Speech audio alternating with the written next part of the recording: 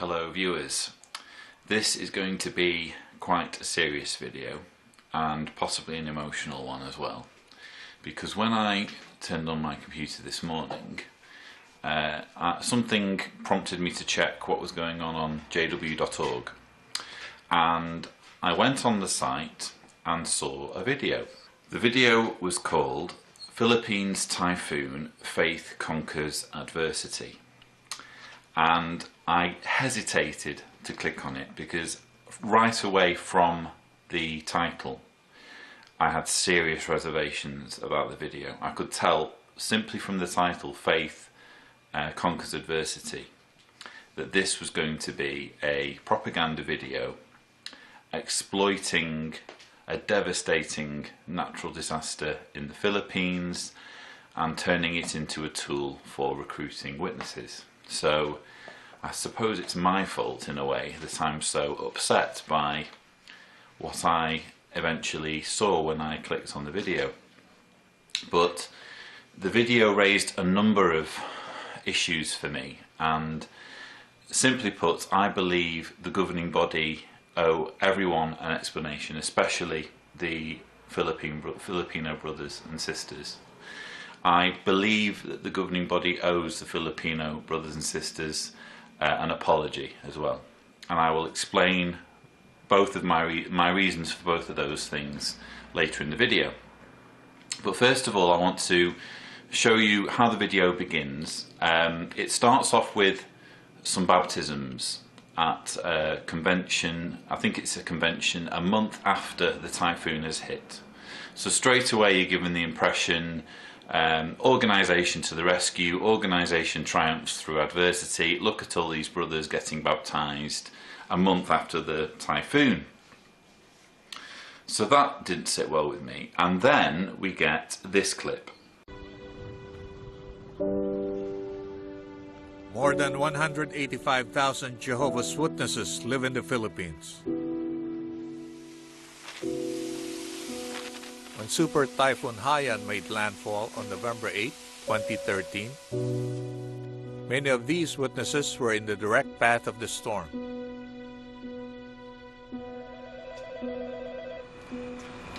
Disaster Relief Desk. Before the storm hit, the Philippines branch office began coordinating the evacuation and relief efforts. We are preparing for the typhoon because the news are said that we need to prepare. So I text everybody, every elder in congregation, I text that they need to evacuate to the safer place. We knew it was going to do tremendous damage.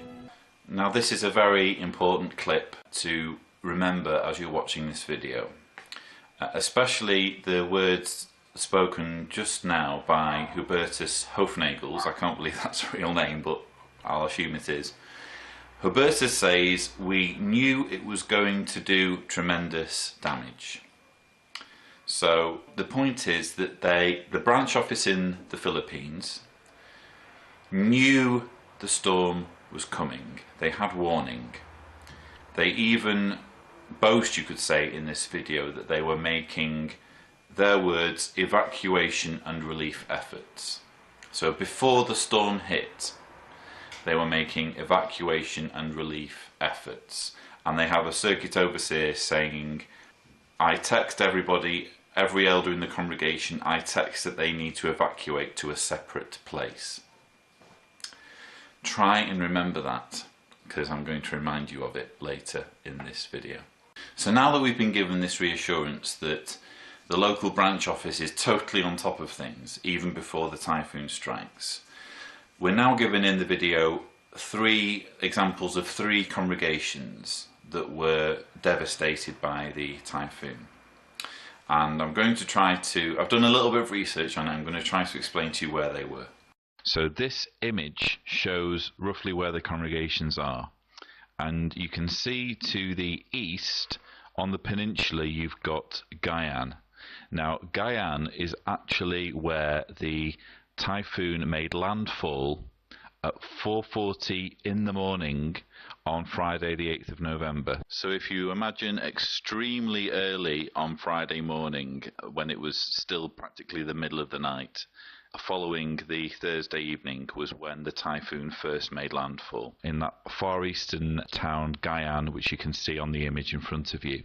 Now, if you were to draw a line from Haiyan to Tanawan on the other side of the image, that is roughly the course that the storm took.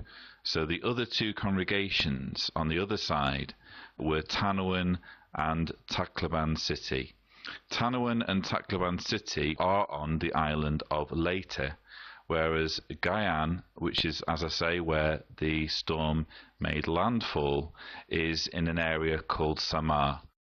It's important that you try and visualize where these congregations are, because the first congregation to get hit by the typhoon at 4:40 a.m. when the typhoon made landfall was actually Haiyan.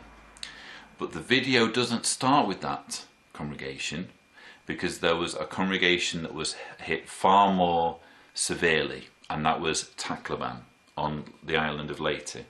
And I'm now going to show you the way we're introduced to this story. Tacloban City on the island of Leyte was one of the areas hit the hardest. The congregations in Tacloban suffered greatly. Then Papa told us, "Wake up, wake up! The rain is about to get stronger." Suddenly, a strong gust of wind blew, and the roof finally blew off. We tried to hold on, but we were being lifted from the ground, so we let go. Otherwise, we would have been blown away. We removed everything that was inside the refrigerator.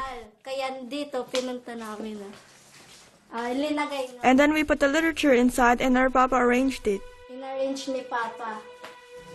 So already things are starting to become weird. We have a natural disaster that we know already. Before we've watched this video, we know that JW.org had claimed that there were 27 witnesses who died on their website.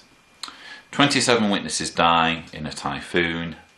We're taken to one of the worst hit congregations and introduced to a family where the story that we're supposed to focus on is the fact that literature was saved by being put in a refrigerator. I personally find that extremely distasteful. The message here is, you know, whatever happens, protect your literature. Throw the food, throw your provisions out of your refrigerator and put books in. Put the hideous Become Jehovah's Friend piece of child propaganda. Put that in there as well. That needs to be protected. Food and everything you can do without, but you need to protect your literature. I found that extremely distasteful. But then we have the really shocking story in the next clip. As the storm approached, many families evacuated their homes to more solid structures. 60 persons sought shelter at the Kingdom Hall. A 5-meter-high storm surge crashed into the building, collapsing the walls. Many were swept away. 22 people died. I can only imagine how terrifying it must have been for those brothers and sisters who were seeking protection in this Kingdom Hall, assuming it was a safe place, and then to have a 5-meter-high storm surge rip through the building, carry most of them away, and end up killing 22 of them. It was a complete tragedy, and the story takes on even more heartrending proportions when you hear the story of Cheryl in the next clip. Cheryl, just 13 years old, was one of those swept away by the surge. She survived by climbing a tree. Palagi nila akong pinapatibay. The brothers tell me that in these last days, we cannot avoid calamities like this. Iwasan yung ganitong mga pangyayari. Only Cheryl and her brother survived. I lost my home. I lost my family members. And temporarily, I lost my trust in God. Paniniwala sa Diyos.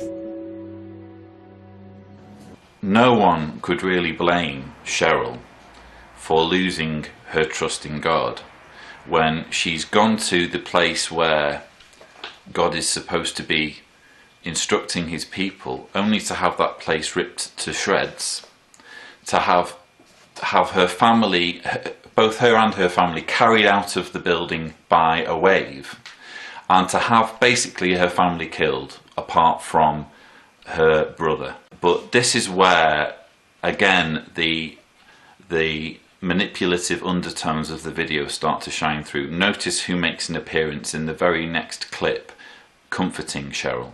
Tapos sinabi rin nila na The elders told me it was okay to cry because it would get what was in my heart out into the open. hindi matira sa loob.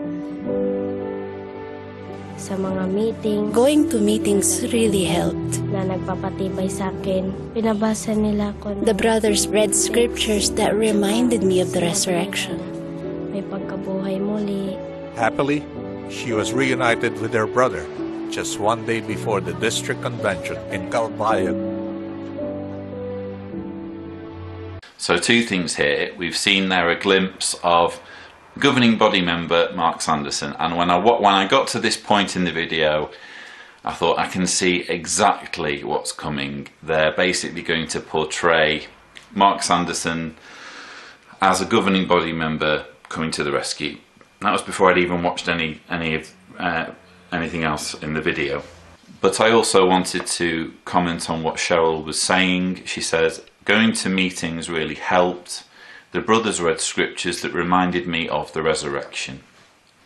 And my heart really goes out to Cheryl.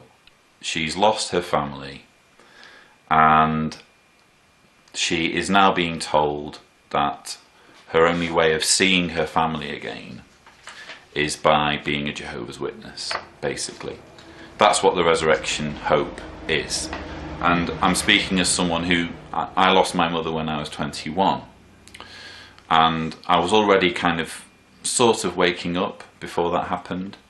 But when my mother died, it was made very clear to me that if I wanted to see her again, I needed to throw myself into my faith. And that set me back, I believe. I think it's possible I would have woken up sooner had that not happened. I'll never know. But the way that loved ones, dead loved ones, are basically hijacked, have their memory taken hostage by Watchtower, the bereavement process is exploited as a means of control over people.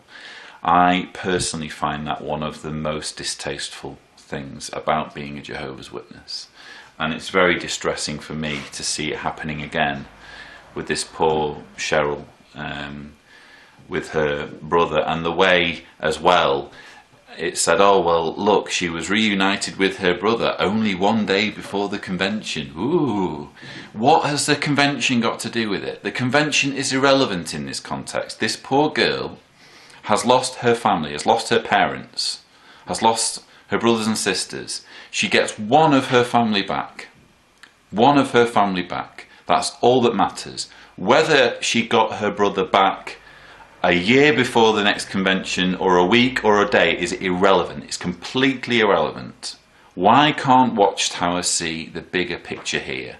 That human life is more important than its propaganda techniques, its meetings, its books, its whatever. It's irrelevant. But moving on, we get to a part in the video where, maybe I'm the only one, but I was starting to ask questions as to why these people were in a Kingdom Hall. Something didn't quite add up to me. There's a typhoon on the way, which according to the branch office they knew was going to do tremendous damage. They knew that they should evacuate people. And we have a situation where in Tacloban, basically 22 brothers and sisters died because they were in the path of the typhoon. They didn't get out of the area. They thought that a Kingdom Hall could rescue them. And you think, well, maybe that's just a one-off. But then we're introduced to two other congregations where exactly the same thing happened, albeit with a different outcome. And this is where you start to ask, why were the Filipino brothers and sisters going to their Kingdom Halls on the night when a typhoon was coming. Now, to give this more context, I'm going to read to you from the Wikipedia article on Typhoon Haiyan, where it talks about the preparations, the way that the government and the local authorities were gearing up for this typhoon to hit.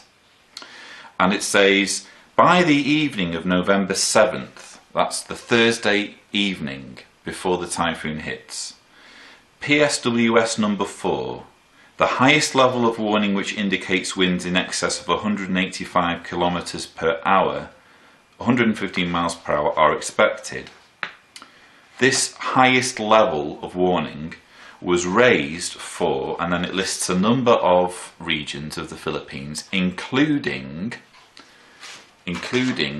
Eastern Samar, which is where the Gayan congregation was, and Leyte, which was where the Tacloban and Tanuan congregations were.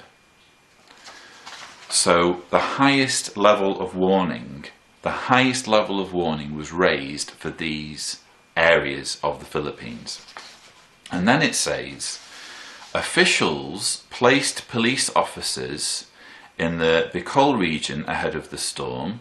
In the provinces of Samar and Leyte, classes were cancelled, and residents in flood and landslide prone areas were required to evacuate. I'll read that again. Residents in flood and landslide prone areas were required to evacuate.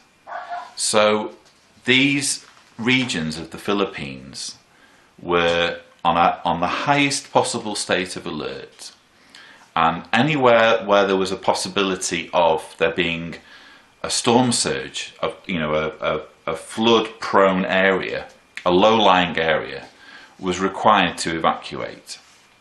And yet what did we see in Tacloban? We saw a Kingdom Hall filled with people, 22 of whom were dragged to their death by a tidal surge. And then you think, well, why was it that the local authorities were insisting that any low-lying areas were evacuated, but local witnesses were going to their meetings? And just to drive this point home, we'll carry on in the video and we'll go to the congregation in Tanuan, which is in Leyte, which is further on in the path. The storm is making its way west across the Philippines, and it hits the island of Leyte, and we join the video at a point where 44 witnesses are sheltering in the Kingdom Hall in Tanuan. The waves came crashing, the wind blew. That was the time when the Kingdom Hall started to float. I was strengthened from contemplating the meaning of the year text. It says, Jehovah your God is with you. Amazingly, their Kingdom Hall was lifted from its foundation and moved 15 meters. All 44 survived. So the Kingdom Hall was ripped from its foundations, and amazingly, despite this level of devastation, the 44 witnesses who sheltered in that building survived. I would say that they were extremely fortunate to have survived. But what amazes me, well, first of all, there's unanswered questions. Why are they in the Kingdom Hall? What are they doing in the Kingdom Hall on an evening when the island of Leyte is under the highest level of storm alert? What are they doing in classes are cancelled, it says, according to this Wikipedia article. What are they doing in that Kingdom Hall? And notice as well how the narrator says, the chap says, oh, I contemplated on the meaning of the year text, Jehovah your God is with you. It's almost as though, even though 22 witnesses have died only a short distance up the road in Tacloban, they're still trying to make out that there was some level of protection in the Kingdom Hall because of the year text. That's how it comes across to me. Maybe I'm reading too much into it, but there seems to be, there's a very, very potent thread of spin, of propaganda in this video, and it surfaces throughout the video, and I'm not letting them get away with it. They're trying to make us believe that because these witnesses were sheltered in this Kingdom Hall, that was alone was what helped them to survive. Minutes after they've already told us that a completely different fate befell witnesses who were sheltering only a few miles up the road in Tacloban. But if you remember, I told you that the super-typhoon Haiyan actually made first landfall in the Philippines at 4:40 a.m. in Haiyan, in the area of eastern Samar, on the far eastern coast of the Philippines. That's where the typhoon made landfall, and now we go to the local congregation and find out what happened there. When the typhoon struck, we are inside the Kingdom Hall. After the meeting, some of the brothers stayed in the Kingdom Hall, and other half of the group went to the sister's house, especially the children's. Everything, the ceiling fell down and the roof is gone. So when we saw that our lives are in danger, we protected one another. Notice where the elder says the congregation were when the typhoon struck. When the typhoon struck, we are inside the Kingdom Hall. After the meeting, the congregation, when the typhoon struck, was inside the Kingdom Hall having a meeting. The Philippines, let's recap. These specific areas of the Philippines, Leyte and Samar, are under the highest possible storm alert. The branch office knows what's happening. They're supposed to be coordinating evacuation and relief efforts before the typhoons hit. The local government is ordering evacuations, cancelling classes, and making sure that any low-lying regions are evacuated. And here we have, on the far eastern coast of the Philippines, right staring the typhoon in the face, we have the Haiyan congregation having a meeting on the Thursday night of the storm. Why did this happen? How was this allowed to happen? That it's just business as normal. Oh, there's a huge typhoon. The whole region is on storm alert. But never mind. What we really need to do is go to our Kingdom Hall and have a meeting, and it will all work itself out. I ask this question. I don't know what the chain of command was. I don't know what instructions the elders were given. I don't know who was responsible for what. But I believe the governing body needs to explain to all Jehovah's Witnesses, but especially Filipino Jehovah's Witnesses, what these congregations, Tacloban, Haiyan and Tanuan, what they were doing that night having meetings, what they were doing huddled in their kingdom halls when there was a typhoon ravaging the country. Why weren't they being ordered to evacuate the area completely? Why were they being almost put on the front line, as it were? And I believe the governing body owes an explanation for that. Using the monoblock chair to protect our head. So that's the roofing material hitting his monoblock chair. That was so dangerous. We're all trembling because of the cold. We are all wet. Even the baby is crying here. All 47 congregation members survived. I believe those 47 survivors had an incredibly lucky escape, and if it wasn't for the fact that things went slightly differently, they could very well have ended up suffering the same fate as the 22 who perished in Tacloban. Typhoon Haiyan was one of the strongest storms ever to make landfall anywhere in the world.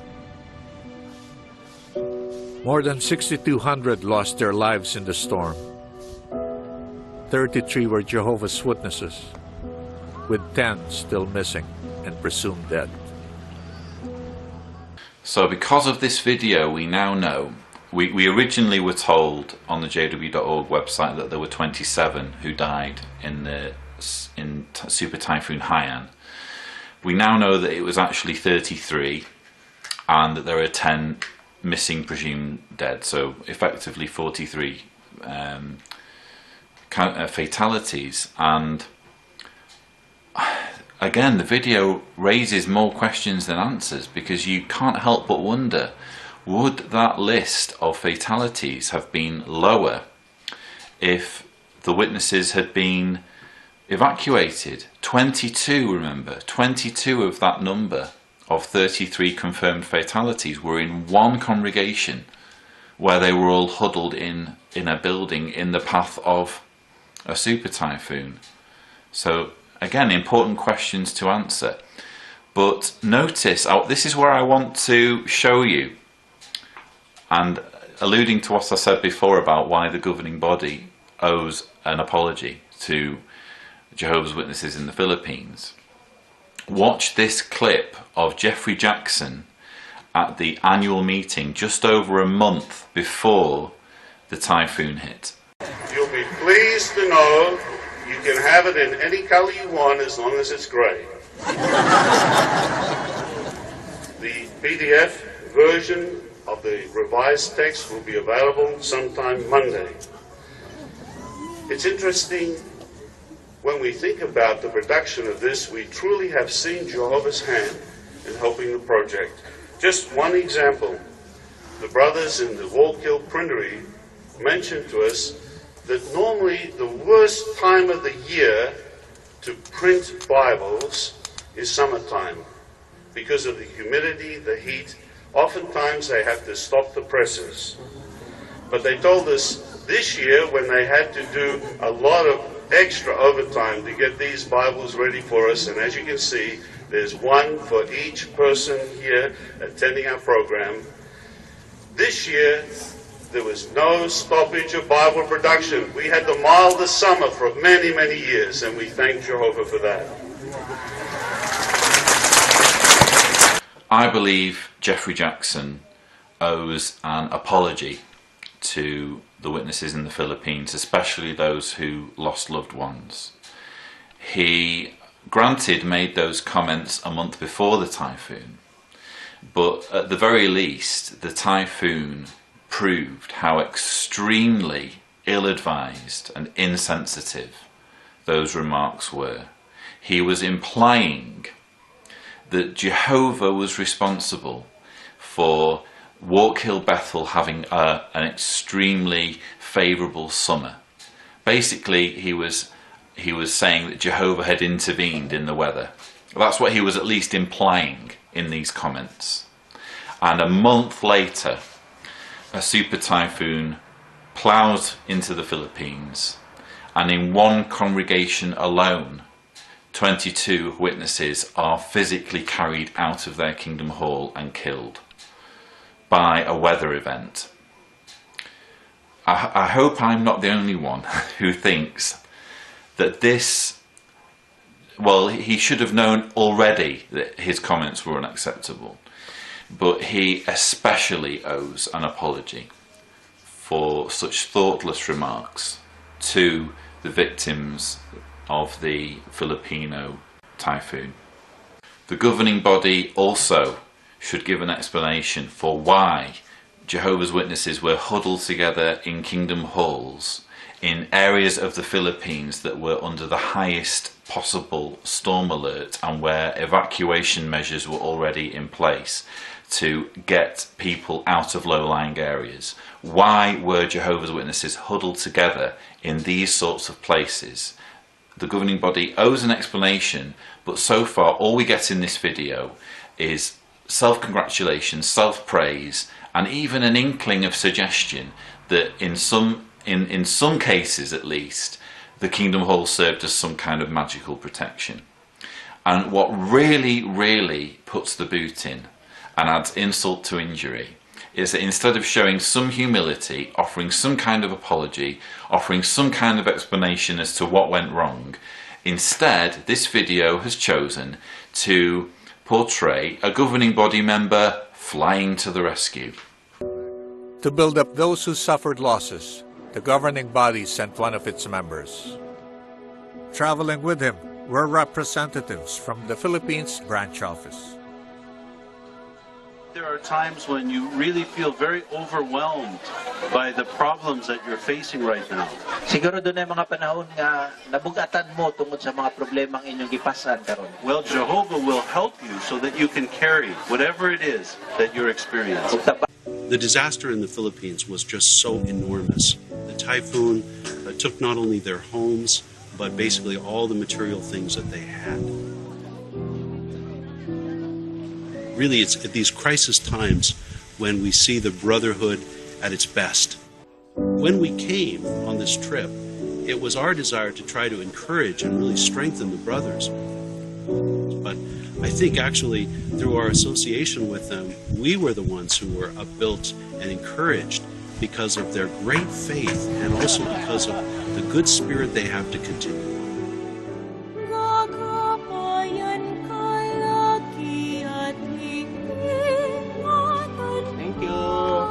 Thank you, Jehovah.